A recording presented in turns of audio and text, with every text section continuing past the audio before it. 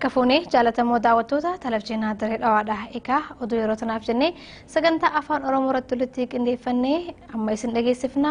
Amma galgala irraa isaa lamaaf walakkaa ta'ee jira. Oduu wajjinis Anaayaa Mahamadiin afaan tura.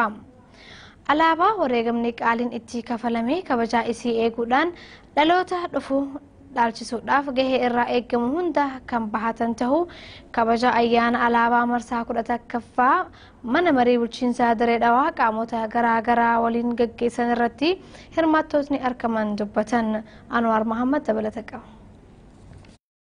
Alaabaan keenya tokkummaa dimokiraatummaa keenyaaf jedhu marsaa 10ffaadhaaf guyyaan alaabaa akka biyyoolessaatti sagantaa garaa garaatiin kabajamu irratti argama. Guyyaan alaabaa akka waggoota darbanii osoo hin ta'iin daandii irratti kan kabajamu osoo hin ta'in dhaabbileen hundinuu mooraa isaanii keessatti sagantaa alaabaa fannisuutiin akka kabajanii kan murtaa'e jechuudha. Isuma kana ilaalchisuudhaan manni marii bulchiinsa Dirree Dhawaa saganticha kana mooraa isaa keessatti sagantaa alaabaa fannisuutiin kabajuu irratti qaamota dhimmi ilaallatu wajjin kabajuu irratti argama jechuudha.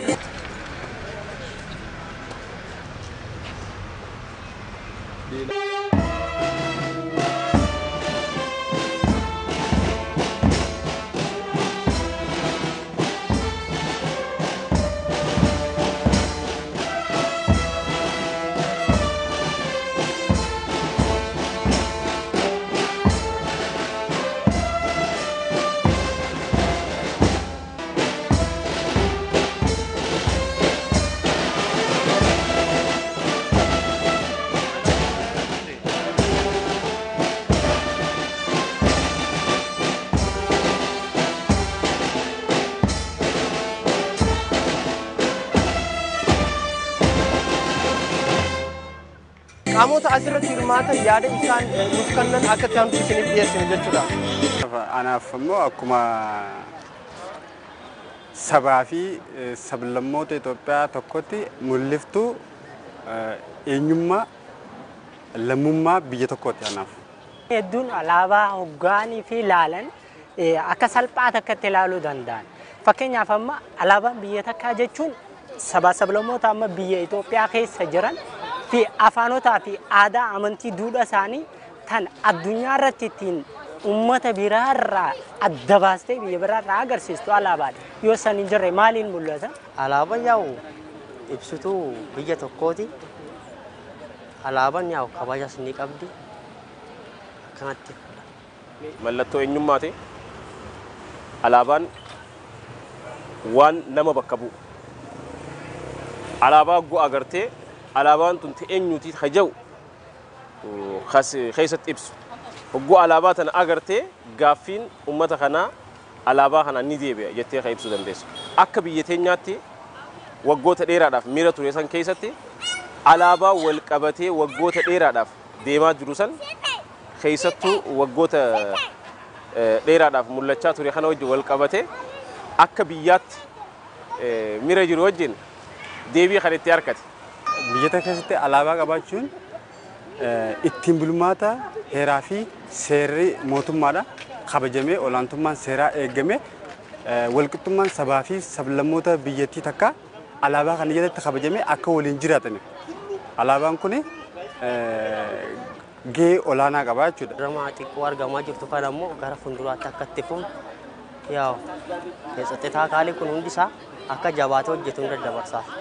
Fakkeenyaaf dhaloonni haareen akka mataa kootirraa ka'ee nuti durirraa jalqabnee alaabaa ni qabna. Alaabaa durirraa qabnu kana jabeeffannee gara fuula duraatti illee alaabaan keenya lalisee akka kabajamee itti fufu godhachuudhaaf dirqamni eenyummaa keenyaati. Nurraa eegamaa jechuudha jabeeffachuun alaabaa keenya. Alaabaa irratti mootummaan gad fageenyaan dalagee ummata amansiisee akka ummanni qixa sirriitiin dhugaadhaan fakkeessuudhaan osoo hin taane dhugaadhaan alaabaan tun tiyyaa jee garaa isaarraa bu'ee amanu irratti hojjetee godhuudha qaba. Dhaloonni dargaggoon jenereeshiniin ammaan tana jiru jenereeshinii jaarraa 21ffaati hubannoo gahaadha qaban. Kanaaf maal godhuudha qaban? Alaabaa isaanii jabeeffachuudha qaban. Alaabaa tana wajjin wal qabatee ergaa isiif kaayame san sirriitti dhaloota hubachiisuudha. Bifa kanaan ummata kana bakka bu'a. Kanaaf bifa kanaan isinillee fudhattee teessee amansiistee yaadaan namootni waqtiilee dabran keessatti gochoota garaagaraa godhannee agarra. Wantootni tahuu qabu fi tahuu hin qabneetu jira. Mariidhaan waan osoo waliif amansiisuu dandeessu karaa tarkaanfii hin taane seenuun gaarii natti fakkaatu. Akka saba biyya kana keessa jiraatutti saboonni hundinuu waan isa ibsu barbaada. Wanni isa ibsu kun nama hundi kophaa qabatee immoo hin ta'u. Akka biyyaatti waan waliin nu ibsu tokko jiraachuu feesisa. Waan waliin nu ibsu kanaaf teenyee mari'annee wal amanuu qabna. Garaagarummaa keenya yaadaan furachuu wal amansiifnee sadarkaa san bira gahuudhaaf sadarkaan hubannoo alaabaa irratti qabnu murteessaadha. Sagantaa kanarratti qaamota nageenyaa hojjettootaa fi hooggantoota waajjira mana marii bulchiinsa Dirree Dhawaa, hojjettootaa fi hooggantoota dhaabbata sabquunnamtii bulchiinsa Dirree Dhawaatii fi qaamotni ga'ee garaagaraa hirmaachuu danda'aniiti jiran.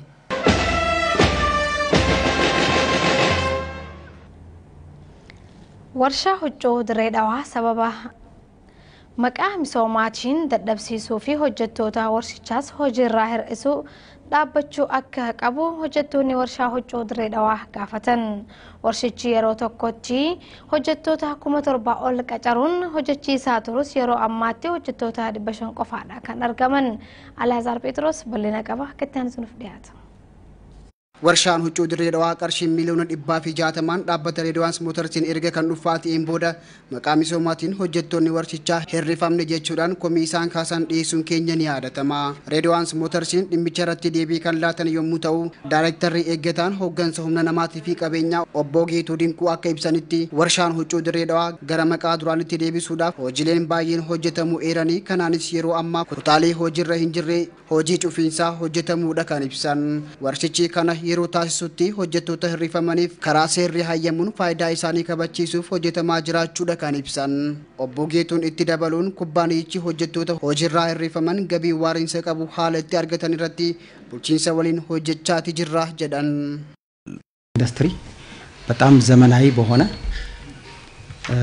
ፋብሪካ ጥራቱን የጠበቀ ከፍተኛ ምርት ማምረት የሚችል አትራፊ የሆነ Warshaan huccuu Dirree Dhawaa dhaabbata hangafaa fi biyyattiidhaaf akka utubatti gargaaraa ture ta'us abbootiin qabeenyaa garaagaraa dhaabbaticha bitaa turan sababa rakkoo bulchiinsichaan akkuma isin kaameraanis daawwachaa turtanitti haala itti dubbachaa dhufeedha kan hubannu. Sababa kanaanis warshichi hojii muraasa qofaadha kan hojjechaa jiru. Innis maashina bu'aa qabeessa hin taane dhaabbata hojjechaa jiru ta'eeti jira. Warshicha haaluma kanaan itti fufsiisuun kufaatii warshichaa saffisiisuu waan ta'eef jijjiirama fiduu waan hin danda'amneef dhaabbanni keenyas warshaa maqaa guddaa qabu kana kufaatirraa oolchuudhaaf qorannaalee garaagaraa taasisaati jirra. Qorannaa kana irraa ka'uudhaan kutaalee hojiirra hin jirre hojiin cufuudhaa taasifameeti jira. Kanaanis hojjettootaaf karaa seerri hayyamuun faayidaaleen garaagaraa isaaniif kabajamuu danda'u irratti mari'achaati jirra. Haala kanaanis hojjettoota hayyama waggaa qabanii fi kafaltii tajaajila yeroo hojjettootaaf malu hojjetaadhaaf haala xalayaatiin akka isaaniif ga'u taasifneeti jirra. Dhimma kanarrattis bulchiinsa magaalichaati waliin taa'uun hojimaanni kun dogongora kan qabaatu yoo ta'e ilaalamuu qaba wanta jedhu qulqulleessuuf koreeleen lama hundaa'aniiti jiran. Dhaabbanni keenya hojjettoota warshichaaf shoora olaanaa baachaa turaniif hojii isaanirraa hir'isuu karaa seera qabeessa ta'een kan gaggeeffame ta'us bakka qaamni warshichaa ilaallatu hundi argamanitti hojjettoota hirrifamaniif gabii waariinsa qabu akka argataniif haala mijeessuudhaaf qorannaas gaggeessaati jirra. Qorannichis xumuramee qaamota kaawunsiliitiin erga raggaa'ee xumurameen booda hojjettoonni bu'uura gabii akka argataniif hojiileen hojjetamaatii jiran. Warshaan huccuu Dirree Dhawaa maqaa isaa kan duraanii qabatee akka itti fufu kan ibsan itti aanaan hojii adeemsisaa warshichaa obbo Yaaqoob Fantaayee yommuu ta'an abbaan qabeenyaa yeroo ammatti warshicha gara beekamtii duraanitti deebisuudhaaf murannoo akka qabuudha kan dubbatan. Daayirektarri eeggataan hooggansa humna namaatii fi qabeenyaa obbo Geetuu Dinquun warshichi boqonnaa 3 qoqqoodamee gara hojiitti akka seenuu fi hojii garmaantiitiinis sadarkaa addunyaatti dorgommuu taasisuuf ni hojjannaa jedhan. Warshaan huccuu Dirree Dhawaa humna guutuunii fi bifa haaraan gara hojiitti yeroo seenutti hojjettoota 7,000 gahan ni bulcha jedhamee akka eeggamu odeeffannoo Reediwaans Mootarsi irraa arganne ni mul'isa. Warshaa huccuu Dirree Dhawaatti kutaalee hojiirra hin jirre yeroo cufanitti hojjettoota hojiirraa hirrifaman karaa seerri hayyamameen faayidaa isaanii eegsisuuf kubbaaniyaan dhuunfaa Reediwaans Mootors itti gaafatamummaan isaa murtaa'e beeksise. Kubbaanichi hojjettoota hojiirraa hirrifaman gabii waariinsa qabu haala itti argaman irratti bulchiinsa waliin hojjechaa jiraachuudha ibseem. Alaazaar Peros dabata qabu. bara 1934tti kan hundaa'e maqaa Dirree Dhawaadha. Bal'inaan waamsisuu kan danda'e warshaan huccuu Dirree Dhawaadha. Oomishaalee jirbii irraa kaasee hanga jirbii shurraabatti kan oomishu yommuu ta'u, hojjettoota 1700 olii fi carqiilee gosa 14 olii kan oomishu warshichi carqiilee gosaan 9 ta'an gabayaa baha Afrikaa fi Awurooppaatiif dhiyeessuuf humna gahaa kan qabudha warshaan huccuu Dirree Dhawaadha. Warshichaas dhaabbataaleen alaa fi biyya keessaa kanneen akka Naas Food Baankiin Misoomaa fi Reedwaan Motors itti gaafatamummaan isaa kan murtaa'e dhaabbata dhuunfaa warshaa hangafa ta'e kana walharkaa fuudhuudhaan bulchaa turaniiru. Adeemsa walharkaa fuudhinsa kanaanis jireenya isaanii kan ittiin hundeeffatan jiraattonni naannichaa warshicha keessa hojjetan adeemsa walharkaa fuudhinsa dhaabbataalee kanaanis bu'aa bayiilee baay'ee keessa darbaniiru. Maashinoonni yeroo buqqaafamanii waahiloonni waliin hojjetan gabataa hojiirraa yeroo hirreeffamanitti imimmaan lolaasaniiru.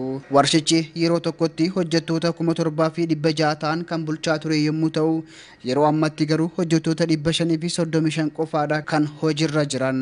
Reedwaan Motors qarshii miliyoona 160 bitus imimmaan hojjettoota waggaa dheeraaf lola'aa ture gogsuu hin dandeenye.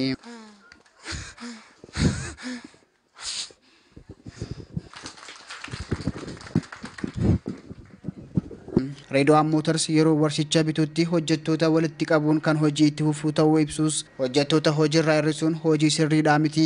Kaayyoo fi haamilee hojjettootaa fi warshichaa kan cabsuudha. Qabeenyi warshichaa karaa hin beekamneen gurramaati jira.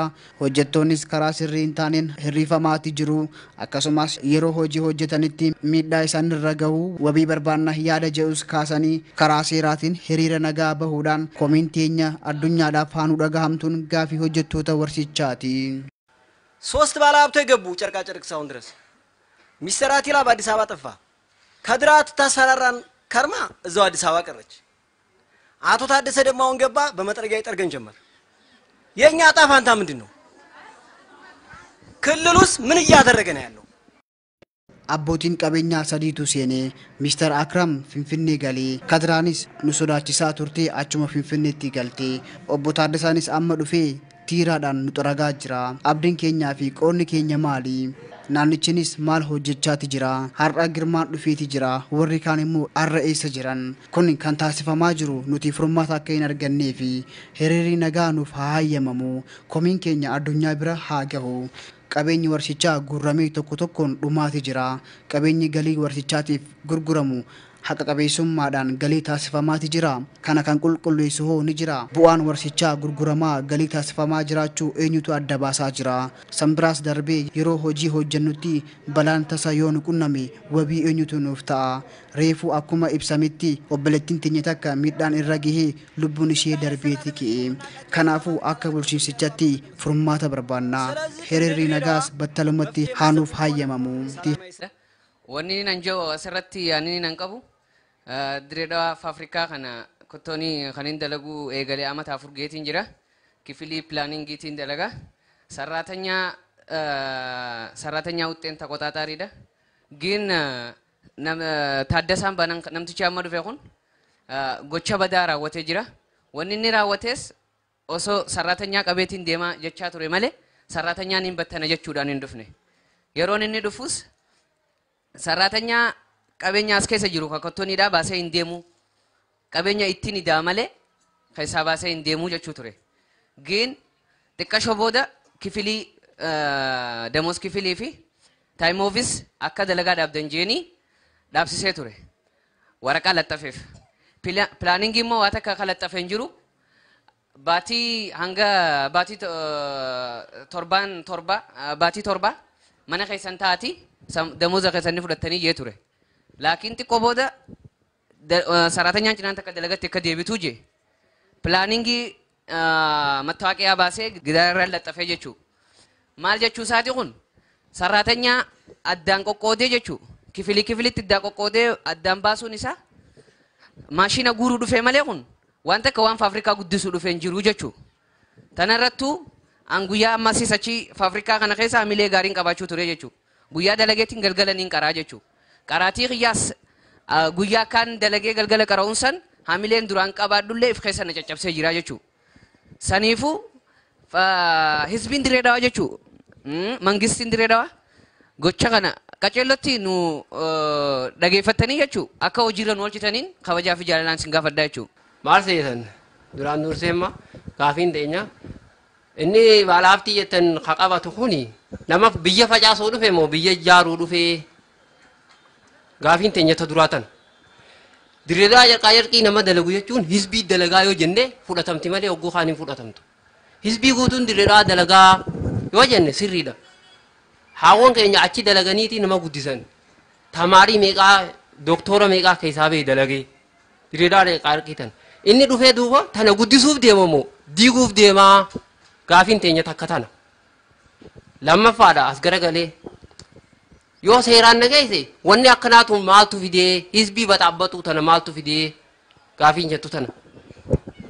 As garagalee ammaasis ummata kana hundaa'u wanni amma miidiyaan dura bu'aan astadaadarri maaliif nuun dhufne wanni jennuuf nuti immoo ariineeti dafneeti agabuurra jira ummanni xaanni kun. Agabuu tana akkamii baanaa yaadachuu qaban. Sonoo maaliif dhiyaachuu dhabee fi dafee. Baastukkaa itti maaliif harkachuu dhabee. Sadaffaa. Amma as gara wanni tam maashina nin guddisaa hin takkalaa nin jaaraa jee qabatee miti. Nin jaaraa jee qabatee miti akkasuma akkasii miti. Nin jaaraa jee qabatee miti. Haa jaaru kuni hani isaa guuruuf jiru kun kami amma isfeer paartii waan jaan maqayyaraa namni abbootiin teenya ittiin dalaydee itti qayyaraa maashina irratti as dalaydee as geesse kafee isaa guuruuf jiru kun kami. Amma dura akkasii sabaa quturii jaanii guuree fixee tana wal qabaan hin dubbannu. Diggaamee amma deebi'ee amma haa qabate baalaaftiin kan jettan kunis amma istoorarra keessaa hundaa'u laqmee guuru jira. Maaliif guuraa? Tana hizbiin akkamii caljaa? Tana yaadni keenya. Baastukkaa itti yaadni kun furmaata akka nu harkatu kabajaa isin gaafannaa jechuudha.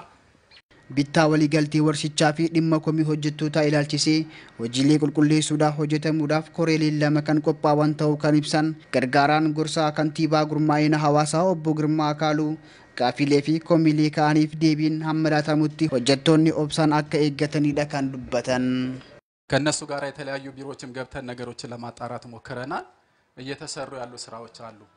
የድሬዳዋ አመራር ብቻ አይደለም ሌሎችም አመራሮች የሚመለከታቸው አካሎች ከሌላም ጋር መጥተው የናንተን ሮሮ ቢሰሙት ምን ያህል ልባቸው በተነካ qaama dhimmi ilaalatu waliin mari'achaati jirra. Hojiileen hojjetamaa jiranis ni jiru. Gaafii keessanii fi komiilee kaastaniif hooggantoonni bulchiinsaa qofaa miti hooggantoonni biroo dhufanii sila komii keessan kan dhaggeeffatanii rakkoo keessan hubatanii bu'aa warshichaa kan hin dhandhamin hin jiru. Nuti hundi fayyadamtoota warshichaati. Dirreen Dhawaa maqaa beekamtii akka argattu ishee taasise keessaayis warshaan kun hangaan beekutti hojjettoota 570 oliidha qabatee kan socho'aa ture. Biyyattiidhaaf galii olaanaadha kan argamsiisaa ture. Yeroo sanatti jechuudha. Yeroo ammatti garuu biyya dhiisii mataa ofiitu sochoosuudhaaf haala hin dandeenyerra gaheeti jira. Rakkoolee uumameef hanga Finfinnee waajjira muummicha ministeeratti dhiyaachuun gaafilee dhiyeessineeti jirra. Warshaan sadarkaa ammarri jiru kanaan baay'ee nama gaddisiisa. Waliigalteelee garaagaraa ilaaluu dandeenyeeti jirra. Waliigalteenis maal jedha hojjettoonni yoo xiqqaate waggaa tokko hojjetanii tirfii fi kisaaraan ilaalamee murtiin ni murtaa'a kan jedhu ture. Kuni osuma jiru hojjettoonni haala hojiirraa hirrifamantu jira. Kuni baay'ee nama gaddisiisa. Gocha kana lammii ofiitii miti lammiin biyya biraatu gocha kana hin raawwatu. Kanaafuu rakkoolee kanneen kana furuudhaaf koreewwan lama hundeessuun koreewwan kunis dhimma kana kan qulqulleessan ta'a. Koreeleen kunniin hojjettoonni kunniin karaa sirriitiin immoo kan hojiirraa hirrifaman kan jedhu kan qulqulleessan ta'a. Hojjettoonni kunniin hojiirraa hariifamuun isaanii sirrii ta'us qaamota hojiirraa hirrifaman kanaaf maaltu taasifamuu qaba wanta jedhu qulqulleessuudha koreen inni biraa. Kan amma isin komii kaastan kana dhaggeeffanneeti jirra. Akkuma amma dhaggeeffanne kanatti nutis deemnee qaama dhimmi ilaallatuuf gaafii kan dhiyeessinu ta'a. Kanaafuu dhimmoota hunda koreelee waliin ta'uun qulqulleessuun qaamota dhimmi ilaallatuuf kan dhiyaatu ta'a. Hanga dhimmi sirraa'utti isin gaafadha. Bulchiinsa Dirree Dhawaatti roga humna ifaa wajjin wal qabatee rakkoo adda addaa mul'atu furuuf fedhinnaa maamiltoota caalatti guutuuf hojjechaa jiraachuu koorporeeshiniin humna ifaa Itoophiyaa damee Dirree Dhawaa beeksise. Hooggantoonni fi hojjettoonni damee Dirree Dhawaa Onkololleessa 3 fi 10 waliigaltee fi hayyama mataa isaaniin bilisaan hawaasa tajaajiluuf waliigaluun gara hojiitti galanii jiru. Maamiltoonnis tajaajila bilisaa guyyaa lamaaf kennamu kana fayyadamoo akka ta'aniif waamicha dhiheessan. Biiftuu Yusuf bal'ina qabdi. Kooppareeshinii humna ifaa Itoophiyaa diistiriktii Rijinii Bahaatti hojjettoonni fi hooggantoonni damee Dirree Dhawaa baatii Onkololleessaa keessa jechuunis Onkololleessa 3 fi 10 hayyamaa fi waliigaltee mataa isaaniin bilisaan hawaasa tajaajilamaaf tajaajila kennuu irratti waliigalanii gara hojiitti galanii jiru. Hojii gaggeessaan olaanaan tajaajila humna ifaa damee Dirree Dhawaa obbo Fiqira Maariyaam Alamaayyoo duula bilisaa hojjettootaa fi hooggantoonni irratti waliigalan ilaalchisee ibsa kennaniin akka dubbatanitti bulchiinsa Dirree Dhawaatti yeroo hedduu naamusaa fi kennisa tajaajila wajjin wal qabatee komiin baay'ee roga irratti ka'uu keessaa rogni humna ifaa tokko yoo ta'u yeroo dhihoo asitti kooppareeshinii humna ifaa Itoophiyaa diistiriktii Rijinii Bahaa hojiilee deebi'anii of ilaaluu hojjeteen komiin hawaasarraa ka'uu hirrachaa dhufuu ibsan. Hojii gaggeessaan olaanaan itti dabaluun hojiilee jijjiiramaa yeroo dhihoo asitti rogaan mul'atan kana caalatti bu'aa qabeessa taasisuuf hojjettoonni fi hooggantoonni damee Dirree Dhawaa hayyamaa fi waliigaltee mataa isaaniin hawaasaaf baatii Onkololleessaa keessa guyyaa 2 kafaltiin maleetti bilisaan tajaajila kennuuf waliigaluu ibsan. Tajaajilli rogaan kennamus sababa hojiin walirratti tuttuulamuun maamiltoota irratti dhiibbaa ga'uu hambisu, sababa garaagaraan adda kukkutamuu ifaa mudatu hir'isu, zayita dhabuurraa gaanii tajaajila hin kennine gara hojiitti galchuu fi hojiilee akka waliigalaatti roga humna ifaan ilaallatu furuuf kan kaayyeeffate ta'uu eeran. ዛሬ ያው በዚህ ወር በ3 እና በ10 የስራ ዘመቻ እናደርጋለን። ስራ ዘመቻ የምናደርገው ቢሮአችን እንደ ወትሮ እንደ ስራ ቀናት ክፍት ነው። ማንኛውም ተገልጋይ መጥቶ የሚገለገል መሆኑን በዚህ አጋጣሚ ማሳወቅ ፈልጋለሁ። ጂአ ከነ ጉያ ሰደፋቲ ፊ ጉያ ኩርነፋቲ ዱለ ሆጂ ንታሲፍና ዱለ ሆጂ ከን ታሲስኑ ዋጅር ኬኛ ኮመ ጉያ ሆጂቲ በናዳ ተጃጅለማን ዱፌ ተጃጅለሙ አከ ደንደው ቤሲሱዳን በርባዳ ከኑማ ወልቀበቴ ዱሊ ኩን ማልቀበ ጀኔ ይላል ሆገንሳፊ ሆጀቶንኒስ ፌዲዳን ቡዋ ተኮሌ ኦዶን አርገኔ ተጃጅለ ከኑፍ ታኒ ሆጀቹ ኢሳኒቲ dhaabbata kanatti akka rijiniitti hojii bal'aatu hojjetama. Hojiilee walirratti tuulaman hedduutu hojjetamaa jira. Hojiileen walirratti tuulaman kunis maamiltoota keenya irratti dhiibbaa qaban. Rakkoo kana furuu fi ittiin quufinnaa hawaasaa guddisuu fi kaayyoon keenya kan dura. Maamiltoonni keenya kan yeroo dheeraadhaaf kafaltii hin kafalin yeroo baay'ee quurrama dhiyeessan. Arraa fi torbaan akka arraa hojiilee kanaa hojjetama. Mukkeen sarara keessa seenan muruudhaan muka dulloome jijjiiruun mukkeen dullooman jijjiiruun fi shuboolee lallaafan jajjabeessuun hojiilee wal fakkaatan biraatis ni hojjetama. Kanneen keessaa tiraanisformarii iddoo hundatti gubatanii tajaajila hin kennine kanaas guyyaa arraa tolchaa jirra. Naannoo biraattis akkanumatti hojii siistemii irratti hojjetamaa jira.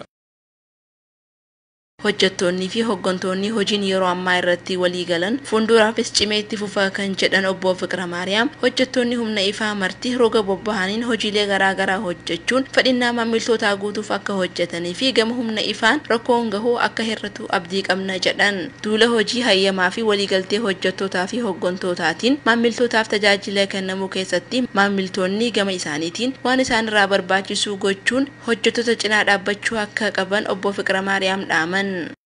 በዋናነት ከዚህ በኋላ ያሉ የምንሰራቸው ስራዎች አንድና አንድ ግልጽ የሆነ ስራ ነው የምንሰራው። መብራት ሲቋረጥም መብራት የሚቋረጥበት ለደንበኞቻችን ይፋ እናደርጋለን። ammaan booda hojiin nuti hojjennu hojii ifatee tokkodha. Ifaan dhaamullee karaa miidiyaatiin ummataaf ibsina. Arraas torbaan dhufuus biiroon keenya banaadha. Mukkeen ni murra jennee reefu dubbannees mukkeen sararaan wal tuqan qofa murra. Uummannis kana nuuf hubatanii nu cinaa dhaabbachuu akka qabaniin dhaamsa kiyya dabarsa.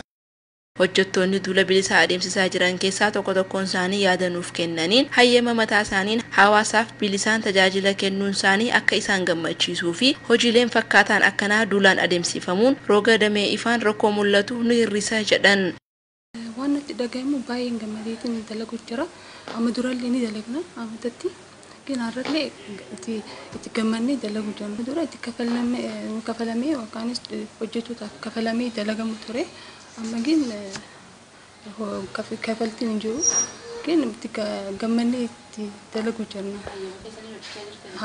ሀየመ ጉቱ ጀቻ ጀና ደለጋ ከነ ደለጉን አናፊስ እቲ ገመዴቲን ማሚሎተ ከኛ ፊሌ ጉዩ አከና ከደለግኑፍ ሀሜን ቀባ አሁን የዚህ መስመር ብዙ ጊዜ በንፋስ ሰዓት ዛፎች በሚነካኩበት ሰዓት መስመር ይቆራረጣል። ያንን በዘመቻ ስራ ለመስራት ነው ዛሬ በዚህ ሰዓት እዚህ የተገኘው። yeroo hedduu mukni yommuu wal dha'u ifaan adda kutama rakkina kana furuuf hojii hojjechuu irratti argamna hojii akkana yommuu hojjedhu gammachuun natti dhagahama hawaasni fedhinnaa isaa yoo guutame nutis ni gammadna tajaajila gahaa hawaasni argachuu qaban akka dhaabbata tokkotti sararri gargar kutamuu hin qabu hawaasni tajaajila ifaa waaraa argachuu qaba jedheetiin amana. Jiraataan bulchiinsaa Araddaa Duwwaa Afurii kan ta'ee fi hojii mukaa irratti kan bobba'ee obbo Abduu Kariim gama isaatiin hojjettoonni humna ifaa kaka'umsa mataa isaaniin hojii akkanaa hojjechuun duraan iddoo hojii isaaniitti sababa ifaan rakkina irra gahaa ture akka irraa hambisuu ibsan. ብዙውን ጊዜ ንፋስ በሚመጣ ጊዜ ዛፎችን ያገናኘ ማብራቶችን ኮንታክት እየፈጠረ እሳት ይፈጥር ነበር። የማብራቱ መቆራረጥ ይመጣ ነበር። ብዙ ጊዜ በጣጥስ ነበር፣ ይቆረጥ ነበር ራሱ። yeroo hedduu hoggaa roobaa fi qilleensi mukni sarara waliin dhahuun balaa ibiddaa dhufaa ture. yommuu ifaan addaan kutamu nutis hojiin keenya nurra dhaabbatti. hanga tolfamuu amma booda mukni muramee sararri haaroniinis diriire rakkoo tokko hin agarru jedheetiin yaada. hojiin duula bilisaa hojjettootaa fi hoggantoonni humna ifaa damee dirree dhawaa onkololeessa 3 fi 10 adeemsisan irratti maamiltoonni tajaajila barbaadan fayyadamuu akka danda'anis ibsameetii jira. Egaa daawwattoota keenya oduu yeroo tanaaf jennee televizyiinii Dirree Dhawaatirraa isin dhaqqabsiisaa turre kana fakkaatti qophiilee keenya kaafee waliin turtii gaarii isin jecha ani gama keenyaan nageetti.